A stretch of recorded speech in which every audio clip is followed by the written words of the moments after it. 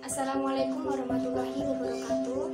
Kami dari kelompok 8 akan mempresentasikan materi mengenai penugasan, perencanaan, serta komunikasi dalam audit dan tindak lanjut audit internal yang akan disampaikan oleh yang pertama ada Via Alifianti, yang kedua ada Nanda Dewi Firmansyah, yang ketiga ada saya sendiri Devi Nurhidayati. Nah, berikut adalah pemaparan materinya. Baiklah, di sini saya akan menjelaskan sedikit tentang proses penugasan audit internal. Dalam proses penugasan audit internal, ada tahap-tahap perencanaan PA atau penugasan asuransi. Dalam tahap-tahap perencanaan PA penugasan asuransi, yang pertama yaitu menentukan tujuan dan lingkup PA. Tujuan dan lingkup PA merupakan tugas yang penting dalam perencanaan. Misalnya, apakah PA ini akan memusatkan perhatian pada efektivitas dan efisiensi operasional atau aspek pelaporan keuangan atau keduanya. Dan yang kedua yaitu pahami audit, termasuk tujuan dan asesmennya. Dari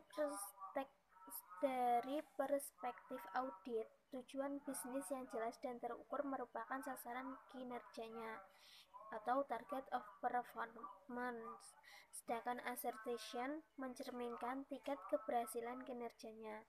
Dari sudut pandang auditor, tujuan bisnis dan asersi audit merupakan kerangka untuk menentukan tujuan PA atau apa yang auditor internal ingin capai. Dan yang ketiga yaitu evaluasi bukti-bukti yang dikumpulkan dan buat kesimpulan. Misalnya itu seperti akan digunakan untuk menentukan apakah pengendalian telah dirancang dengan baik dan benar serta berjalan dengan semestinya. Evaluasi ini juga merupakan pertimbangan auditor yang memerlukan pertimbangan auditor yang sangat matang. Poin yang keempat yaitu buat temuan dan rumuskan rekomendasi. Temuan di sini merupakan terjemah dari istilah IEA Observation. IEA Practical berjudul Audit Report Communicating Assurance Result, yang merumuskan unsur-unsur observation yang terdiri atas yang pertama yaitu kriteria. Kriteria sendiri yaitu standar, ukuran, atau ekspektasi yang digunakan untuk mengevaluasi suatu observasi. Dan yang kedua yaitu condition, yaitu keadaan nyatanya seperti yang telah dikumpulkan. Yang ketiga yaitu cause, alasan yang menyebabkan perbedaan antara kriteria dan condition. Dan yang terakhir yaitu efek yaitu resiko atau paparan resiko yang terjadi karena condition tidak sama seperti kriteria yang ditetapkan. Dan poin yang kelima yaitu mengomunikasikan PA. Dalam komunikasi, isi dan bentuk komunikasi bisa berbeda. Namun, komunikasi hasil penugasan harus akurat, jelas, objektif, singkat, membangun, lengkap, dan tepat waktu. Dan poin yang keenam yaitu laksanakan evaluasi temuan dan proses peningkatan. Setiap kali suatu observasi atau temuan diidentifikasi, tim audit internal harus menilai masing-masing observasi dengan menggunakan proses evaluasi dan proses peningkatan, dan tentukan apa implikasi temuan tersebut untuk area atau bidang yang telah ditelaah. Dan yang ketujuh yaitu laksanakan komunikasi PA intern dan sementara. Yang dimaksud yaitu sangat penting bagi tim audit internal untuk memberi kesempatan kepada manajemen menjelaskan observasi dan atau temuan dan rekomendasi auditor. Juga apa yang tertulis dalam laporan dapat disalahartikan. Dengan membahas draft laporan terlebih dahulu, memberi kepastian bahwa manajemen menyetujui atau mengakui temuan temuan auditor internal. Dan poin yang ke-8 yaitu siapkan komunikasi PA final. Pada tahap ini, tim audit internal sudah siap untuk mengonsolidasikan dan menyintesiskan semua bukti yang dikumpulkan selama PA. Tidak ada cara yang baku untuk mengekspresikan hasil PA secara menyeluruh. Beberapa opsinya yaitu 1. Buat daftar temuan dengan prioritas, misalnya observasi mengenai pengendalian. Tetapi berhenti sebelum membuat kesimpulan atau pengungkapan tingkat keyakinan level of assurance mengenai efektifnya pengendalian yang diaudit. Dan yang kedua yaitu membuat kesimpulan yang dikenal sebagai negative assurance atau limited assurance. Dan yang ketiga yaitu membuat kesimpulan yang dikenal sebagai positive assurance atau reasonable assurance. Poin yang ke-9 yaitu distribusikan komunikasi PA final baik yang formal maupun tidak formal. Dan proses yang terakhir yaitu laksanakan pemantauan dan prosedur tindak lanjut. Poin yang selanjutnya yaitu proses penugasan konsulting atau PK. Penugasan konsulting atau PK yang dilakukan audit internal dengan penugasan asuransi dalam beberapa hal. Yang pertama yaitu dalam hal penugasan asuransi. Sifat dan ruang lingkup penugasan asuransi ditentukan oleh fungsi audit internal. Sedangkan dengan penugasan konsulting, sifat dan ruang lingkupnya ditentukan berdasarkan kesepakatan antara auditor dan klien atau perjanjian customer.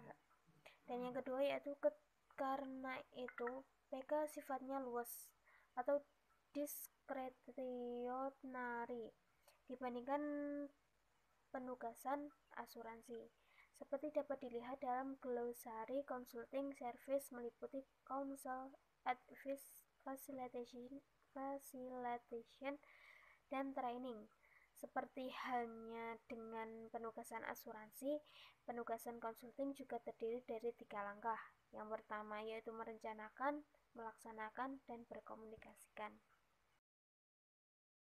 Baik, selanjutnya yaitu merencanakan penugasan asuransi. Dalam merencanakan penugasan, audit internal mempertimbangkan strategi-strategi dan tujuan-tujuan dari area atau proses yang direview, yaitu dengan pertama, memprioritaskan risiko-risiko yang relevan untuk penugasan tersebut. Kedua, menentukan tujuan dan lingkup penugasan. Yang ketiga, yaitu mendokumentasikan pendekatan yang digunakan. Terdapat beberapa langkah-langkah dalam perencanaan penugasan asuransi atau konsultan, yaitu pertama, pahami konteks dan tujuan penugasan. Kedua, kumpulkan informasi untuk memahami audite atau area atau proses yang direview. Ketiga, lakukan penilaian sementara atau preliminary assessment atas risiko-risiko yang relevan. Keempat, tentukan tujuan-tujuan penugasan. Kelima, tentukan lingkup penugasan. Keenam, alokasikan sumber daya manusia yang tepat keahliannya dan cukup. Ketujuh, dokumentasi rencana audit yang dibuat. Selanjutnya, memahami dan memetakan proses dan pengendalian. Untuk mengidentifikasi risiko-risiko yang menyebabkan gagalnya pencapaian tujuan-tujuan bisnis, auditor internal harus memahami area atau proses yang direview. Adapun peta-peta proses yang memungkinkan auditor internal mengidentifikasi dan memahami dengan baik yaitu 1. Sistem dan informasi yang perlu diperhatikan ketika menentukan tujuan-tujuan penugasan dan lingkup, interdependensi atau saling keterkaitan, dan di mana informasi kritikal atau critical information tersedia, misalnya dalam sistem tunggal atau sistem ganda, atau disebut dengan multiple system. Yang kedua itu bagaimana informasi kritikal digunakan di dalam area atau proses yang direview, informasi apa yang relevan untuk penugasan, dan bagaimana informasi itu dievaluasi selama asesmen, misalnya untuk pengujian standar atau standar testing, analitika data atau data analitik, dan ukuran keberhasilan kinerja atau Key Performance Metrics atau semacam KPI. Yang ketiga itu siapa yang berwenang mengakses informasi kritikal. Keempat, itu titik-titik di dalam rangkaian proses yang tidak ada pengendalian yang efektif. Misalnya tidak dirancang dengan baik atau di mana ada peluang untuk penyempurnaan atau perbaikan proses. Auditor internal umumnya mewawancarai pemangku kepentingan yang melakukan langkah-langkah dalam suatu proses, seperti manajemen, teknologi informasi, bagian hukum, pejabat kepatuhan atau compliance officer, pihak ketiga yang dikontrak, dan lain-lain. Di sini yang dimaksud dengan manajemen adalah para manajer yang bertanggung jawab atas area atau proses yang direview. Yang kedua itu personalia teknologi informasi. Yang dimaksud dengan personalia teknologi informasi yaitu risiko-risiko TI dan risiko keamanan atas informasi sangat kritikal. Pada auditor internal harus belajar sebanyak-banyaknya dari para ahli TI tentang risiko-risiko potensial di bidang TI. Yang ketiga itu ada penasihat hukum dan compliance officer. Yang keempat itu ada pemangku kepentingan lainnya. Mendokumentasikan informasi yang dikumpulkan. Dengan ketekunan mendokumentasikan informasi yang dikumpulkan dalam tahap perencanaan penugasan, auditor internal dapat mengevaluasi data yang dikumpulkan untuk mendapatkan sudut pandang sebagai berikut. 1. Tujuan-tujuan dari area yang direview. 2. Strategi-strategi yang digunakan untuk mencapai tujuan tersebut. 3. Risiko-risiko yang ada dalam upaya mencapai tujuan-tujuan tersebut. 4. Proses-proses dan pengendalian kunci atau key controls. 5. Sistem TI dan sistem-sistem lain yang relevan untuk area atau proses yang direview. 6. Sumber-sumber data dan tingkat kepercayaan data yang masuk dan keluar dari area atau proses yang direview. Selanjutnya, menentukan tujuan-tujuan penugasan.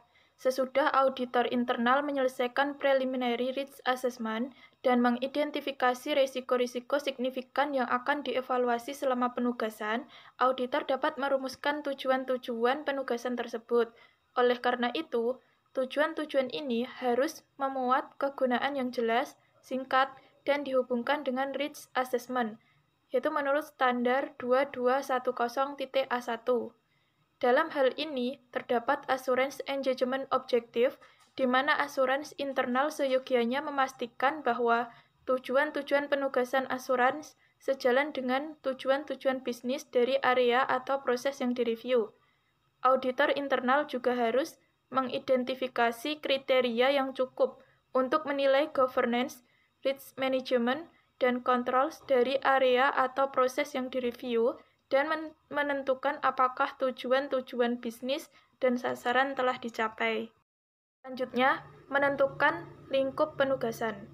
Auditor juga harus berhati-hati dalam merumuskan luasnya lingkup penugasan untuk memastikan lingkup tersebut dapat mengidentifikasi informasi yang dapat dipercaya, andal, relevan, dan berguna pada waktu yang tepat untuk mencapai tujuan-tujuan penugasan yang sudah dirumuskan sebelumnya menurut standar 2210 Engagement Objective and standar 2310 Identifying Information. Proses penyusunan tujuan-tujuan penugasan dan lingkup penugasan dapat menghasilkan kertas kerja sebagai berikut. 1. Proses map atau peta proses. 2. Rangkuman wawancara dan sesi-sesi brainstorming. 3. Risk assessment sementara berupa risk and control metric dan heat map. 4. Pertimbangan yang digunakan untuk menentukan risiko-risiko apa yang akan ditelaah dalam penugasan ini. Selanjutnya, melaksanakan penugasan asuransi. Ada 4 hal penting dalam pelaksanaan suatu penugasan asuransi. Standar 2300 tentang performing the engagement menyatakan auditor internal harus mengidentifikasi, menganalisis, mengevaluasi, dan mendokumentasikan informasi yang cukup untuk mencapai tujuan-tujuan penugasan. 4 hal penting dalam pelaksanaan penugasan asuransi dan standar-standarnya adalah sebagai berikut. 1. Standar 2310 tentang Identifying Information. 2. Standar 2320 tentang Analysis and Evaluation. 3. Standar 2330 tentang Documenting Information. 4. Standar 2340 tentang Engagement Supervision. Materi berikutnya akan saya sampaikan mengenai komunikasi dalam penugasan asuransi dan pelaksanaan prosedur tindak lanjut.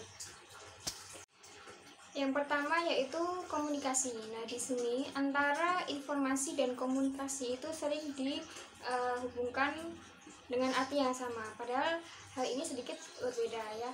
Informasi adalah suatu data yang diberikan oleh satu pihak kepada pihak lain yang berisikan data. Kemudian kalau komunikasi itu adalah informasi atau data tadi yang berbentuk informasi itu disampaikan dari satu pihak kepada pihak lain. Nah, komunikasi pada tindak lanjut ini itu ada 3. Yang pertama adalah komunikasi awal. Nah, di sini auditi menyadari bahwa dalam proses penugasan, auditor mungkin mempunyai pengamatan, observasi, maupun temuan audit yang didapatkan dari komunikasi awal. Yang kedua ada komunikasi interim. Di sini auditi itu dapat memberikan tanggapan yang tepat atas akurasi observasi auditor tersebut dengan cara yang baik dalam menyelesaikan temuan tersebut. Nah, yang terakhir adalah komunikasi akhir. Nah, dalam komunikasi akhir ini itu menyantumkan beberapa informasi yang diantaranya ada tujuan dan lingkup audit. Yang kedua ada kerangka atau waktu, atau di sini bisa disebut dengan periode audit. Kemudian ada temuan dan rekomendasi dari auditor atau yang diberikan auditor. Yang terakhir ada kesimpulan atau opini audit, seperti itu. Yang selanjutnya yaitu unsur-unsur temuan audit. Nah, di sini ada 5 unsur dalam temuan audit yang sangat penting dalam merencanakan, melaksanakan, dan juga melaporkan hasil audit. Pertanyaan-pertanyaan apa saja yang dijawab oleh masing-masing unsur temuan audit? Nah, di sini ada 5 pertanyaannya. Yang pertama ada kondisional atau keadaan. Nah, di sini menjawab pertanyaan apa masalahnya atau apa isunya, apa yang terjadi, seperti itu. Nah, yang kedua ada efek atau dampak. Nah, dampak di sini itu menjawab pertanyaan apakah dampaknya. Yang ketiga ada cause atau penyebab. Yang di sini menjawab pertanyaan bagaimana atau mengapa kondisi tersebut bisa terjadi, seperti itu. Nah, yang keempat ada kriteria. Artinya di sini menjawab pertanyaan kata siapa yang bilang ini masalah. Jadi di sini ada unsur siapanya, kriterianya. Yang terakhir yaitu rekomendasi. Nah, rekomendasi ini ada 2 rekomendasi. Yang pertama adalah bagaimana kita mencegah kondisi tersebut. Nah, yang kedua ada bagaimana kita memecahkan penyebabnya. Di sini penyebabnya yang dipecah, yang yang akan diselesaikan, seperti itu. Yang selanjutnya yaitu ada standar untuk proses tindak lanjut. Nah, auditor internal itu dalam mengobservasi adanya kelemahan dalam sistem itu didasarkan pada kasus yang sudah terjadi dan juga ancaman yang akan terjadi. Nah, di sini berupa serangan terhadap sistem pengendaliannya yang dirancang untuk memitigasi atau mengurangi adanya risiko. Nah, dalam kaitannya dengan hal ini itu ada 3 kemungkinan. Yang pertama adalah auditor internal itu memberikan peringatan kepada manajemen. Kemudian yang kedua, auditor internal itu memberikan saran-saran terhadap tahap tindak lanjut. Yang ketiga ada senior manajemen atau dewan yang bersangkutan ini memilih tidak berbuat apa-apa. Artinya di sini mereka memilih mengambil resiko karena senior manager ini tidak mengambil tindakan atau tidak mengimplementasikan saran-saran yang diberikan oleh auditor internal, seperti itu. Yang selanjutnya ada pemanfaatan sistem elektronik. Nah, di sini ada automated email yang bersifat up to date. Nah, sistem ini dibuat oleh manajemen sendiri atau juga dengan bantuan auditor internal, itu dengan fasilitas untuk memasukkan data dan juga fasilitas untuk melihat laporan terkait tugas. Nah, hal ini sangat membantu di dalam manajemen. Karena apa? Karena di dalam perusahaan-perusahaan besar di mana para manajer itu beroperasi di berbagai negara dan berbagai wilayah, Tentunya hal ini sangat membantu dengan adanya pemanfaatan sistem elektronik. Dan juga didukung dengan adanya era modern, yang mana pemanfaatan elektronik ini lebih sering digunakan. Yang selanjutnya ada kebijakan dan juga prosedur. Nah, kebijakan dan juga prosedur tindak lanjut di sini berkaitan dengan tujuan-tujuan mengapa tindak lanjut ini harus dijalankan. Yang kedua ada bagaimanakah cara melakukan tindak lanjutnya. Nah, yang ketiga itu ada berapa sering tindak lanjut yang diperlukan dalam prosedur tindak lanjut ini. Nah, yang terakhir adalah bagaimana tindak lanjut ini dijadwalkan dan diprioritaskan dalam jadwal organisasi dan rencana auditor internal. Ya, sekian